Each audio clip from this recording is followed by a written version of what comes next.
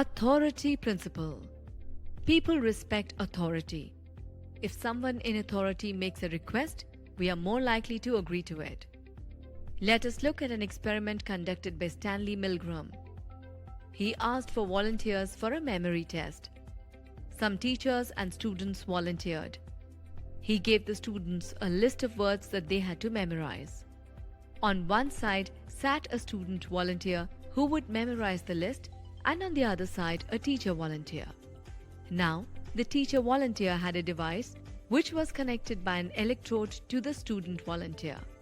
Whenever the student, after memorizing the list, made a mistake in the order, the teacher volunteer would flip a switch and the student would get a shock of 5 volts.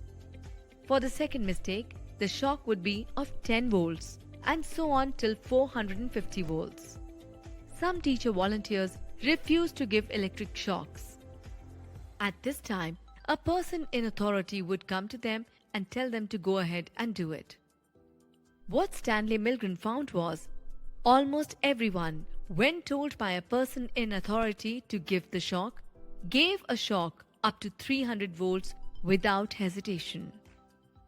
Let us look at another interesting story.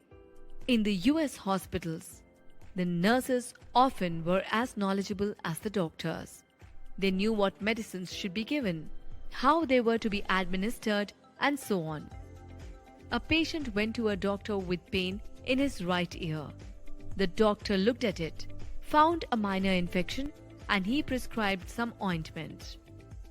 On the prescription he wrote the name of the ointment, 2 drops, R space ear. The nurse, by reading the name of the ointment, knows that it's an ear ointment. She knows that the patient is suffering from ear pain, but she reads it as 2 drops in the rear. So, she turned the patient over and gave him 2 drops. That is the power of authority.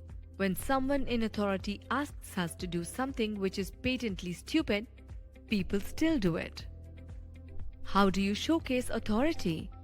Researchers have said a couple of things: the attire you wear, your knowledge, and title.